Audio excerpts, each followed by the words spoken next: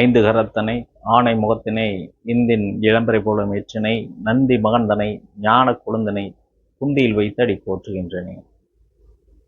தென்னாடுடைய சிவனை போற்றி என் நாட்டவர்க்கும் இறைவா போற்று.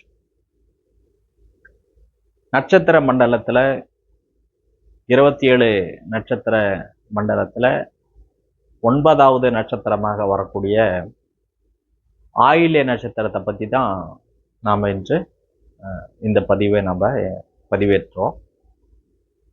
ஆயில்யம் அப்படிங்கிறது பார்த்தீங்க அப்படின்னா சரமண்டலத்தில் முதல் மண்டலத்தில் வரக்கூடிய கடைசி நட்சத்திரம் என்று சொல்லக்கூடிய நட்சத்திரம். இதுவும் சரராசியில் வரக்கூடிய ஒரு 9வது நட்சத்திரம். இதை கண்டாந்தார நட்சத்திரம் அப்படின்னு சொல்லுவது வழக்கம். ஏன்னா இப்போ நீரோட முடியுது, நீர் முடிஞ்சு அடுத்தது ஒரு வெப்பம் தொடங்குது, ஒரு மண்டலம் முடிந்து இன்னொரு மண்டலம் தொடங்குது. அந்த அடிப்படையில் பார்க்கும்பொழுது இதை அந்த கண்டம் தரக்கூடிய அப்படிங்கிற ஒரு அமைப்பை பற்றி சொல்லப்படுகிறது.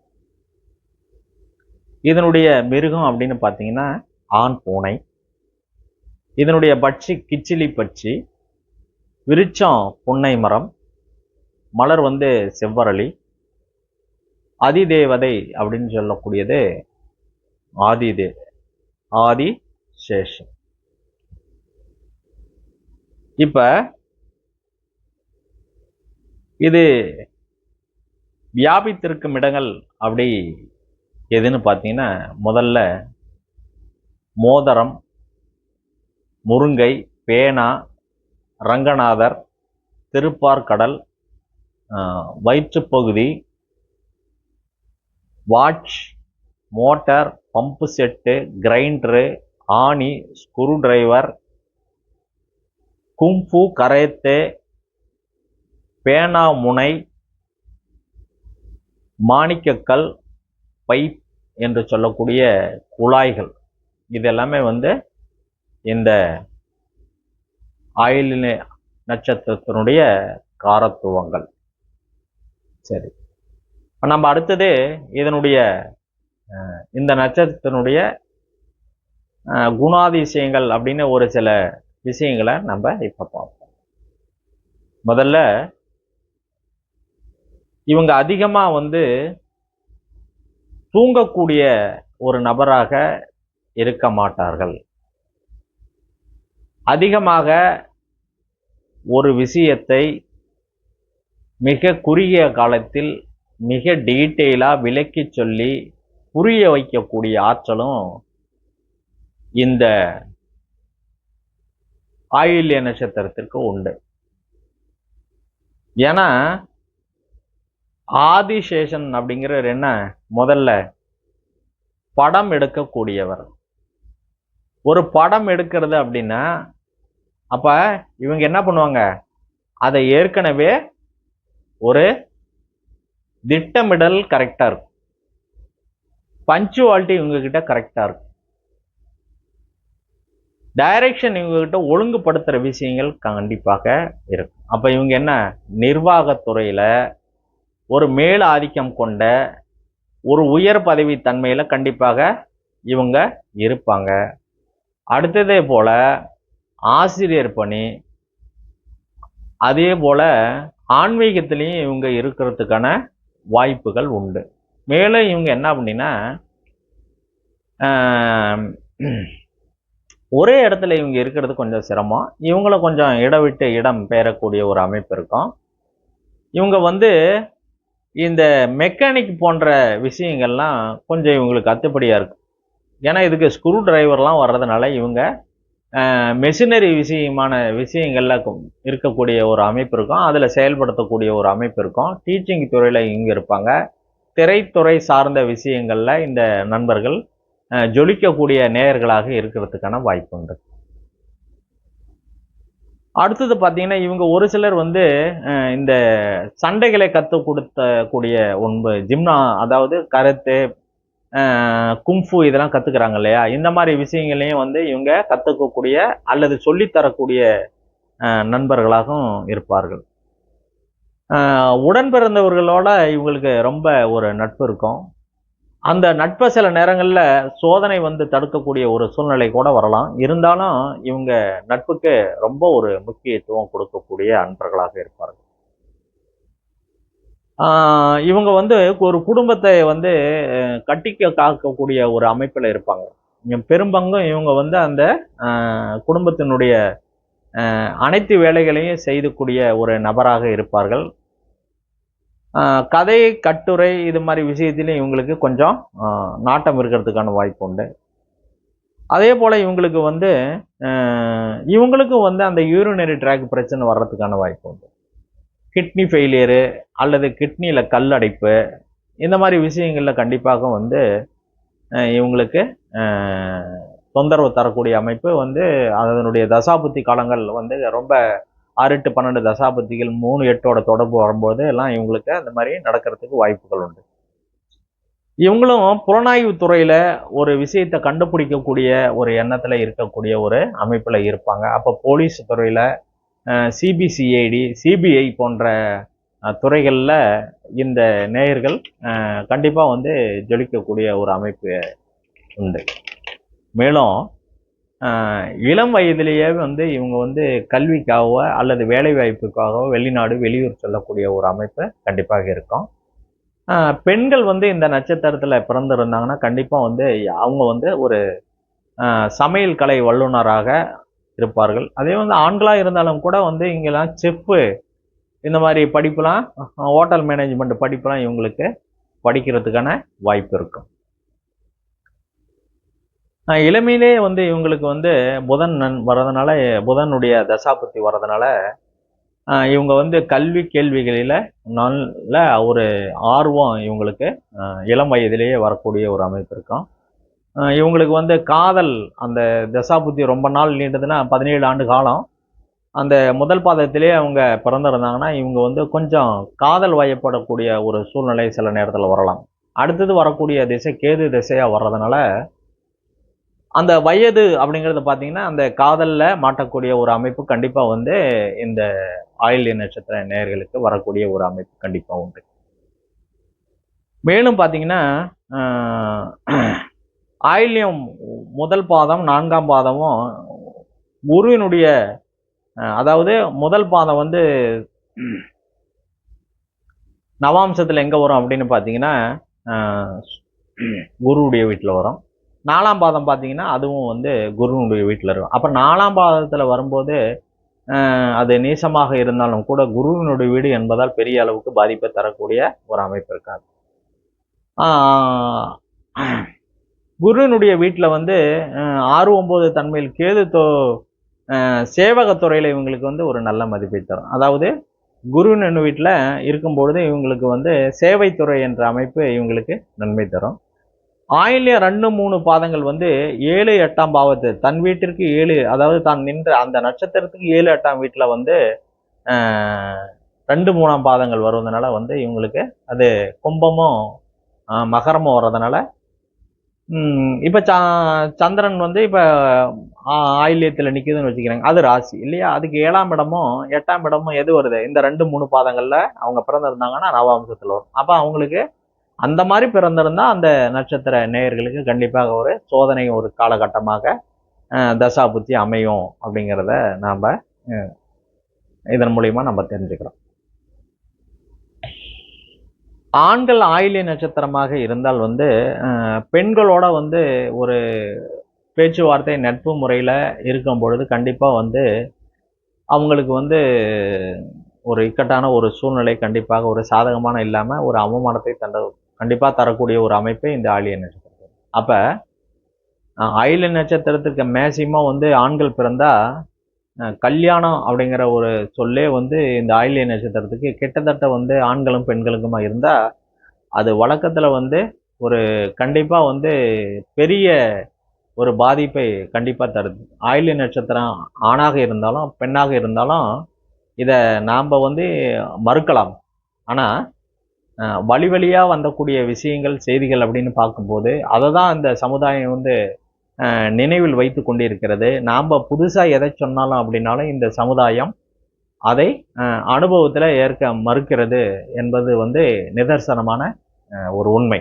அதனால ஆயில்ய நட்சத்திரம் ஆணாக இருந்தாலும் பெண்ணாக இருந்தாலும் அவங்களுடைய இல்லற வாழ்க்கை மிக நல்லபடியாக அமைவதற்கான பலனை இங்கு அதிகமாக சொல்வதற்கான வாய்ப்புகள் மிக மிக குறைவு. அடுத்ததாக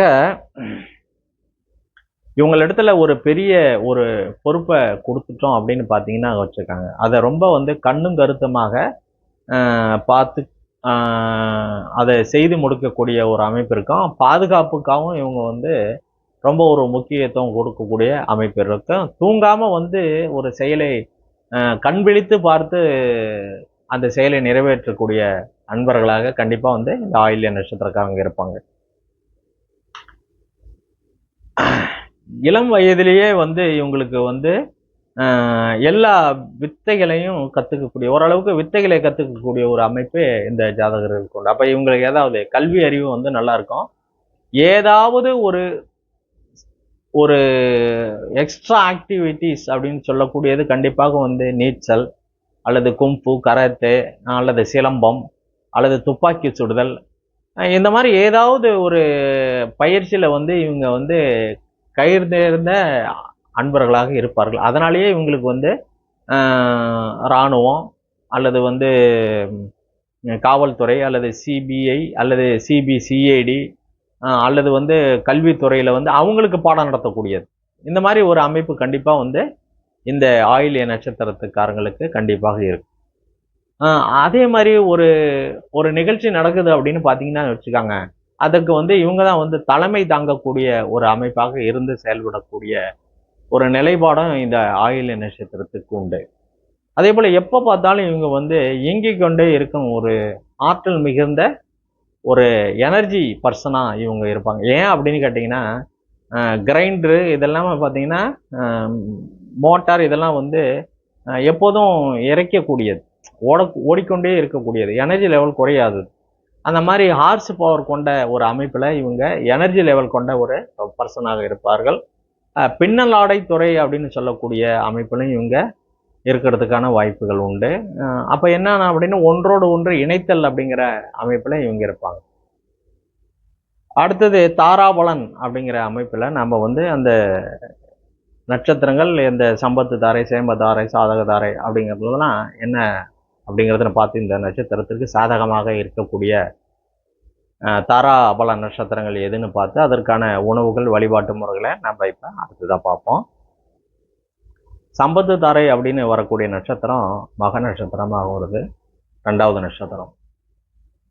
அப்போ இவங்க என்ன பண்ணலாம் அப்படின்னா, அந்த நீர்ப்பூசணியை உணவாக எடுத்துக்கொள்ளலாம், அதிரசத்தை சாப்பிடலாம், தானம் கொடுக்கலாம், ஆலமரத்தோடு நெருங்கிய தொடர்பு வைத்துக் கொள்ளலாம், சூரிய பகவானை வழிபடுவது, சூரிய நமஸ்காரம் என்று சொல்லக்கூடிய ஸ்தோத்திரங்களை சொல்லுவது, அதனுடைய பாடலுக்கு கேட்பது, சூரிய நமஸ்காரம், யோகா இதெல்லாம் வந்து செய்வது ரொம்ப நன்மையான பலனை தரும்.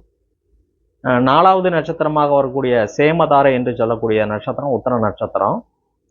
அப்போ உத்தர நட்சத்திரம்னா இவங்க என்ன பண்ணலாம், மகாலட்சுமி வழிபாடு செய்வது நல்லது, நீர்த்தேக்கங்களுக்கு அதிகமாக சென்று வருதல் நல்லது, மாதுளையை உணவாக எடுத்துக்கொள்வது, எருதனுடைய புகைப்படத்தை அல்லது உருவத்தை வீட்டில் வைத்து அதிகமாக பார்த்து கொண்டிருப்பது, வடகத்தை உணவாக சேர்த்து, வடகத்தில் குழம்புல வந்து இந்த வடகம் போடுவாங்க, அதெல்லாம் வந்து இவங்க ரெகுலராக பயன்படுத்துவது இவங்களுடைய ஆரோக்கிய மேம்பாட்டிற்கு வழிவகுக்கும். அடுத்தது சாதகத்தாரை என்று சொல்லக்கூடிய 6வது நட்சத்திரமாக வரக்கூடியது சித்திரை நட்சத்திரம். அப்போ இவங்க என்ன பண்ணலாம், சக்கர தாழ்வாரை வழிபடுவதல், வெண்பொங்கல் சாப்பிடுவது, வில்வ மரத்திற்கு நீர் ஊற்றுதல்,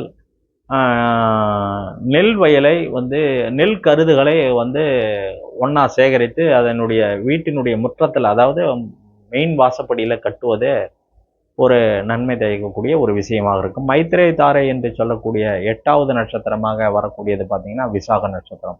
அப்போ முருகப்பெருமானை வழிபடுவது, ஆஞ்சநேயருக்கு வெண்ணெய் சாத்தி வழிபடுவது, சப்போட்டா உணவுகளை எடுத்துக்கொள்வது, சப்போட்டா மரங்களை வளர்ப்பது, விளாம்பழங்களை சாப்பிடுவதும் இவங்களுக்கு நல்ல பலனை தரும். 9வது நட்சத்திரமாக வரக்கூடிய நட்சத்திரம் பரம மைத்ரேய நட்சத்திரம் என்று சொல்லக்கூடியது அனுச நட்சத்திரம். அப்போ இவங்க வந்து நுங்க வந்து உணவுப் பொருளாக எடுத்துக்கலாம். மகிழ மரத்தை வந்து கல்வி நிலையங்களில் வளர்க்க கொடுப்பது அல்லது ஆலயங்களுக்கு பக்கத்தில் தானமாக கொடுப்பது, லட்சுமி நரசர் வழிபாடு செய்வது நன்மை தரும். அடுத்தது சமுதாயத்தாரை என்று சொல்லக்கூடிய 11வது நட்சத்திரம் மூல நட்சத்திரமாக வருகிறது. இவங்க கொய்யாவை உணவாக எடுத்துக்கலாம். மெழுகுவடை ஆஞ்சநேயருக்கு சாத்தி வழிபடுவது, நெய்வேத்தியமாக படைப்பது, மாம்பழம் வந்து வீட்டில் வளர்ப்பது அல்லது அதனுடைய உணவுகளை அவர்கள் எடுத்துக்கொண்டார்களானாலும் அவங்களுக்கு நன்மை தரும். அடுத்தது பார்த்தீங்க அப்படின்னா அதிக நன்மை தாரு என்று சொல்லக்கூடிய நட்சத்திரம் உத்திராட நட்சத்திரமாக வருகிறது. இப்போ அந்த உத்திராட நட்சத்திரமாக வர்றதுனால இவங்க வந்து விநாயகருக்கு கொழுக்கட்டை வழிபாடு செய்வது, பலாமரம் வளர்ப்பது, பலா பழங்களை உணவாக உட்கொள்வது அல்லது அதில் வேற வெரைட்டியாக வந்து உணவுகளை செய்து அதை விநாயகருக்கு நெய்வேத்தியமாக வைத்து படைத்து உண்ணுவது, தானமாக கொடுப்பதும் இவங்களுக்கு ஒரு நன்மை தரும். அடுத்தது பந்தம் சிறப்பு சாரை என்று சொல்லக்கூடிய 15வது நட்சத்திரம் அவிட்ட நட்சத்திரமாக வருகிறது. அப்போ இவங்க ஆப்பிள் தக்காளிலாம் வந்து உணவாக எடுத்துக்கொள்ளலாம். வன்னி மர வழிபாடு இவங்களுக்கு ஒரு நல்ல பலனை தரும். ஆனந்த சயன பெருமாளை இவங்களுக்கு வழிபடுவது நன்மை தரும். தோசை இவங்க உணவாக எடுத்துக்கொள்ளலாம், மற்றவர்களுக்கு தானமாக கொடுப்பதாலும் இவங்களுக்கு ஒரு நன்மை தரும். அடுத்தது பார்த்தீங்கன்னா நன்மைதாரன் என்று சொல்லக்கூடிய 17வது நட்சத்திரம் பூரட்டாதி நட்சத்திரம் வருது.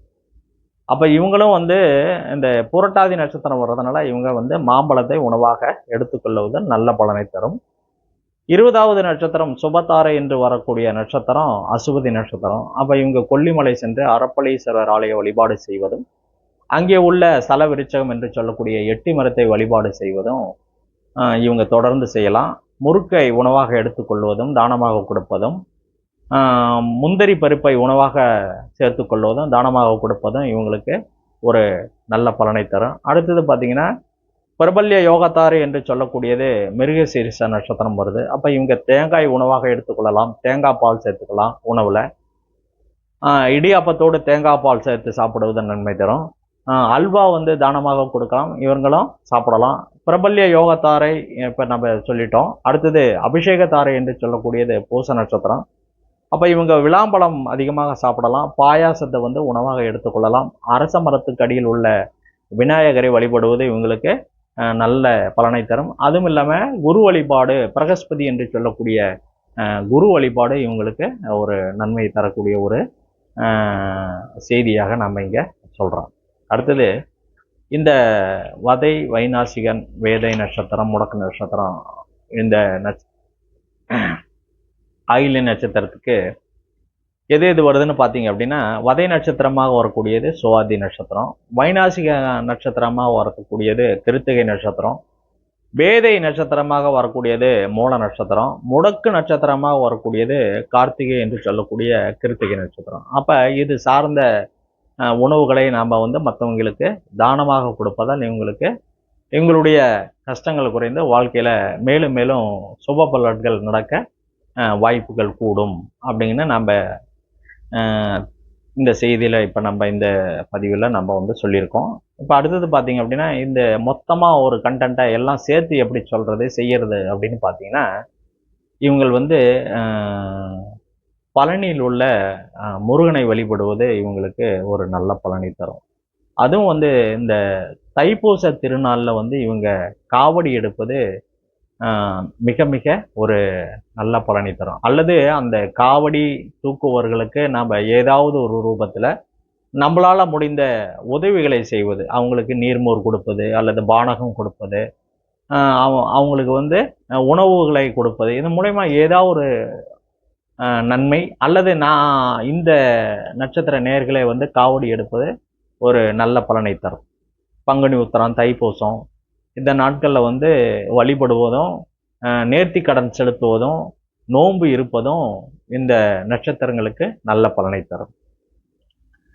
முதல்ல சொன்ன மாதிரி தான் உணவில் வந்து இந்த வெண்பூசணி ஏதாவது ஒரு ரூபத்தில் இவங்க பயன்படுத்திக்கணும். ஆஞ்சநேயர் வழிபாடு இவங்களுக்கு ரொம்ப சிறப்பு. அதுவும் புதன்கிழமை புதன் ஓரையில் வர நாள் வந்து இவங்களுக்கு ஆஞ்சநேயருக்கு வந்து மலை மேலே உள்ள ஆஞ்சநேயர்களுக்கு ஆஞ்சநேயர் ஆலயங்களுக்கு வந்து இவங்க வடமாலை செய்வது அல்லது வெற்றிலை மாலை, வெண்ணெய் சாத்தி வழிபடுவது தொடர்ந்து இவங்க அந்த புதன்கிழமை புதன் ஓரையில் மலை மேலே உள்ள ஆஞ்சநேயருக்கு செய்து வந்தார்களானால் இவங்களுடைய வாழ்க்கை தரம் நல்லபடியாக உயரும். இவங்களுடைய கஷ்டங்கள் குறைந்து நல்ல எண்ணங்களும் நல்ல செயல்திறன்களும் மேலே மேலே அதிகரிக்கிறதுக்கான வாய்ப்பு உண்டாகும். சிங்க உருவத்தை வந்து இவங்க வந்து வீட்டில் மாட்டுவது இவங்களுக்கு ஒரு நன்மையை தரும். அல்லது சிங்கத்தினுடைய பொம்மையை வந்து இவங்க வீட்டில் வச்சுக்கலாம். அதை அடிக்கடி பார்ப்பது மூலமாக எங்களுக்கு அந்த கேரக்டர் வந்து அப்படியே உள்வாங்கக்கூடிய ஒரு மனநிலை கண்டிப்பாக உருவாகும். அதே போல் தேங்காய் பால் இடியாப்பம் சாப்பிடுவது, தானமாக கொடுப்பது, இதெல்லாம் வந்து இவங்களுக்கு வந்து அந்த சிக்கல் பிரச்சனைகள் இருந்ததுன்னா அது கண்டிப்பாக வந்து குறையறதுக்கான வாய்ப்பு உண்டு. சக்கரத்தாழ்வாரை வழிபடுவது இவங்களுக்கு மிக மிக ஒரு நல்ல பலனை தரும். அதனால் இவங்க வந்து ஸ்ரீரங்கத்தில் உள்ள சக்கரத்தாழ்வாரை சென்று வெள்ளிக்கிழமையோ அல்லது புதன்கிழமையோ சென்று வழிபடுவது, அல்லது இந்த வதை, வைநாசிகம், வேதை, முடக்கு நட்சத்திரங்கள் இல்லாத தாராபலன் சொல்லக்கூடிய நட்சத்திரங்களில் போய் அந்த தாராபலனில் உள்ள நட்சத்திரங்கள் வரும் நாளிலும் இவங்களுடைய ஜென்ம பிறந்த நாளும் வரக்கூடிய நாளில் போய் இவங்க வழிபட்டு வந்தார்கள். ஆனால் இவங்க மேலும் மேலும் இவங்களுடைய நன்மை கூடுறதுக்கான வாய்ப்புகள் அதிகமாகும். மகிழ மரத்தை வளர்ப்பது நன்மை தரும்னு நம்ம முதல்ல சொல்லியிருக்கோம். வயலூர் முருகன் ஆலய வழிபாடு இவங்களுக்கு ஒரு நல்ல பலனை தரும். ஏன் அப்படின்னா அந்த காவேரி வந்து திரும்புகிற இடம் அப்படின்னு பார்த்தீங்கன்னா உங்களுக்கு அந்த கல்லணை தான். அதுக்கு பக்கத்தில் தான் இந்த வயலூர் முருகன் ஆலயமும் உள்ளது. ஆற்றினுடைய போக்கை அதன் வழிக்கே விடாமல் அதை மாற்றி கட்டிய பெருமை வந்து கரிகால சோழனுக்கு உண்டு. அப்போ கடலில் போய் வீணாக போகிற ஒரு நதியை மக்களினுடைய பயன்பாட்டிற்கும் பல ஆயிரம் ஏக்கர்கள் வந்து நன்மை பெறும் நோக்கிலேயே கட்டப்பட்டது அந்த கல்லணை. அப்பேற்பட்ட ஒரு அணை மிகவும் சிறப்பானது.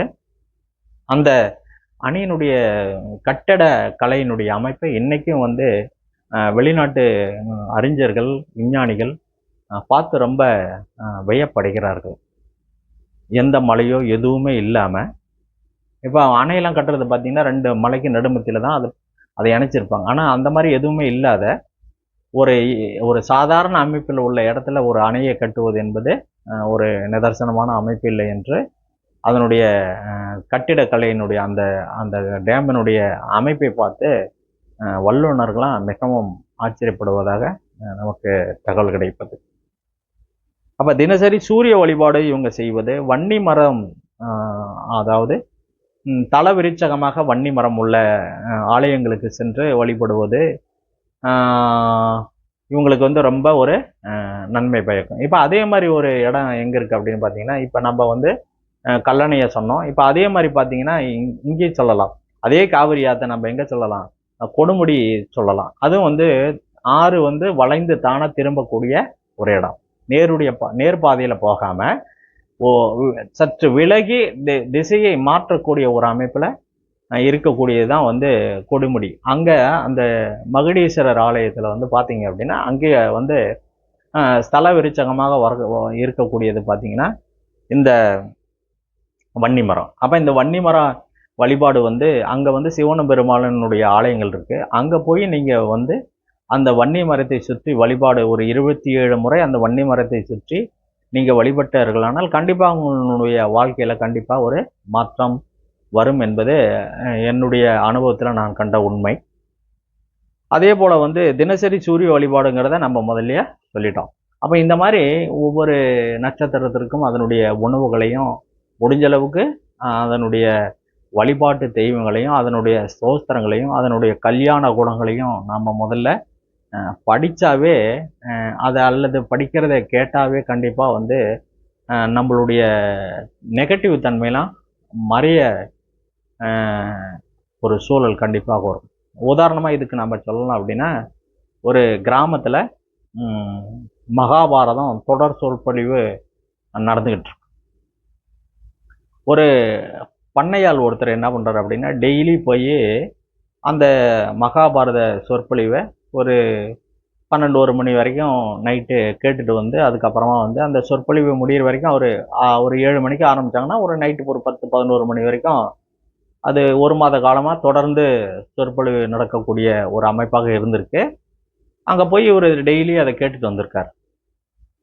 இதை தொடர்ந்து அந்த பண்ணையார் அந்த முதலாளி பண்ணையார் வந்து பார்த்துக்கிட்டு இருந்துட்டு ஒரு நாள் வந்து கேட்குறாரு, நீ தினைக்கும் போய் அந்த தொடர் சொற்பொழிவை கேட்குறல்ல, அதிலிருந்து என்ன உனக்கு நீ தெரிஞ்சுக்கிட்ட, எதையாச்சும் அதை பற்றி எனக்கு சொல்லேன் அப்படின்னு கேட்குறாரு.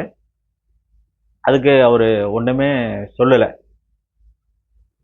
அதாவது நீ 10 நாளா 15 நாளா போய் தொடர்ந்து கேட்டுக்கிட்டு அதை பற்றி உனக்கு ஒன்றுமே தெரியலையே, அதை போய் நீ கேட்டதுனால உனக்கு என்ன பிரயோஜனம், அதை பற்றி உன்னால் தெரிஞ்சுக்கல முடியலையே, மற்றவங்களுக்கு சொல்ல முடியலையே, அதை கேட்டு உனக்கு என்ன புண்ணியம், உனக்கு என்ன பயன் அப்படின்னு திரும்ப திரும்ப அவர் கேட்குறாரு. அப்போ அதுக்கு வந்து அந்த பண்ணையாளர் என்ன சொல்றாரு அப்படின்னா, இந்த சாணி தட்டை எடுத்து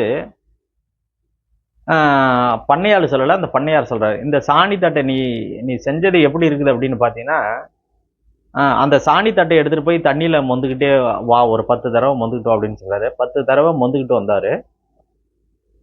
10 தடவை மொந்துக்கிட்டு வந்ததையும் அந்த சாணி தட்டுல தண்ணி நிக்கவே இல்லை. அப்ப வந்து சொன்னாராம் அந்த பண்ணையாரு, இது மாதிரிதான் நீ வந்து மகாபாரதம் கேட்ட கதை, இது வரைக்கும் நீ 10 தடவை அந்த சாணி தட்டுல தண்ணி பிடிச்சிட்டு வந்தியே, ஒரு தடவை நின்னுச்சா, அதனால நீ கேட்டு இறப்புனா எதுவுமே நிக்கலையே அப்படின்னு சொன்னாராம். அது வரைக்கும் அந்த பண்ணையாளுக்கு அந்த 10 தடவையும் அந்த தட்டுல தண்ணி கொண்டுகிட்டு வந்தப்ப எதுவும் தோணலை. ஆனா அந்த பண்ணையார் வந்து இந்த கேள்வியில் கேட்டுக்கு அதுக்கு ஒரு விளக்கம் சொன்னதுக்கு அப்புறம் அந்த தட்டை அவரு நல்லா உத்து பார்த்தாராம். அப்ப அந்த தட்டுல வந்து அதுல அந்த சாணி எடுத்ததெல்லாம் இருக்கும்ல, அந்த சாணமெல்லாம் இருக்கும்ல, அதெல்லாம் போய் நல்லா சுத்தமா இருந்துதான். அப்பதான் அவருக்கு ஒன்று சொல்லணும்னு தோணுச்சான். அப்போ வந்து பண்ணையாரை பார்த்து இவருக்கு சொன்னாராம், ஐயா நான் நீங்கள் சொன்னபடி நான் கேட்டேன், 10 முறை நீங்கள் அந்த தட்டிலிருந்து தண்ணி எடுத்துகிட்டு வர சொன்னீங்க, ஆனால் 10 தடவையும் தண்ணி அதில் நிற்கவே இல்லை. அதே மாதிரி தான் நீங்கள் சொன்னீங்க, 10 தடவை போய் 10 நாளாக நீ வந்து ராமாயணம் இந்த மகாபாரதம் கேட்டு வந்த, ஆனால் அதுக்கு ஒன்றுமே உனக்கு விளங்கலை புரியல அப்படின்னு சொன்னீங்க.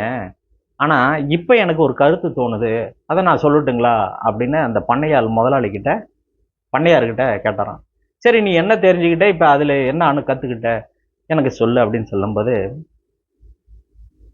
நான் 10 தடவை தண்ணி மொந்துக்கிட்டு வந்தப்ப எனக்கு ஒன்றுமே தெரியல, ஆனால் அந்த 10வது நீங்கள் கேட்டதுக்கு அப்புறம் தான் அந்த தட்டை நான் பார்த்தேன், அந்த தட்டு சுத்தமாக இருக்குது. இப்போ அதே போல தான் நான் 10 நாளாக வந்து 15 நாளாக வந்து தொடராக வந்து அந்த மகாபாரதத்தை கேட்டதுனால எனக்கு உள்ற எதுவுமே நிக்கல, எதுவுமே எனக்கு சொல்ல தெரியல, ஆனா என் மனசு இப்ப சுத்தமா இருக்குது, என்னுடைய எண்ணங்களும் செயல்பாடுகளும் ரொம்ப தெளிவா இருக்குது, அதை நான் உணர்றேங்க ஐயா அப்படின்னு சொன்னாராம். அப்போ ஒரு சாதாரண நிலையில உள்ள ஒரு மாட்டு தொழுவத்துல வேலை செய்யக்கூடிய ஒரு நபருக்கு ஒரு 15 நாள் தொடர்ந்து அந்த மகாபாரதத்தினுடைய சொற்பொழிவை கேட்கும் பொழுது அவருக்கு ஒண்ணுமே இல்லை அப்படின்னு அவருக்கா தோணல. ஆனா ஒருத்தர் கேட்கும்போது சொல்லக்கூடிய ஒரு ஞானத்தையும் அறிவையும் அந்த தொடர் சொற்பொழிவு தந்திருக்குது அப்படின்னா எத்தகைய ஒரு ஆச்சரியம்.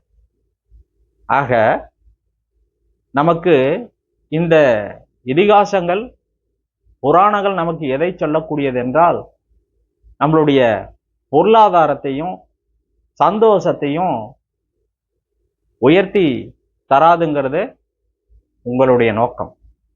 அப்படி அல்ல.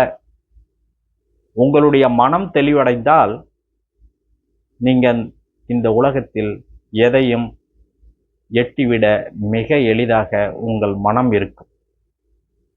அதனால தான் சொன்னாங்க, மனம் அது செம்மையானால் அப்படின்னு. முதல்ல மனசு தெளிவா இருக்கணும், திறம்பட இருக்கணும். அப்படி திறம்பட இருந்தால் மற்றது எல்லாம் உங்களுக்கு மிக வேகமாக உங்களை நோக்கி வரும். இதை நீங்க உணர்ந்து இறைவனுடைய துதிகளையும் கல்யாண குணங்களையும் நீங்க கண்டிப்பா படிங்க, கேளுங்க, அதை பற்றி சிந்தியுங்கள் என்று கூறி நாம் அடுத்த நட்சத்திரம் காலபுருஷ தத்துவத்தில் 5வது வீட்டில் திற ராசியில் வரக்கூடிய 10வது நட்சத்திரமாக உள்ள மக நட்சத்திரத்தை பற்றி சிந்திக்க உள்ளோம் என்று கூறி விடைபெறுகிறேன். நன்றி, வணக்கம். வாழ்க வளமுடன், வாழ்க வையகம்.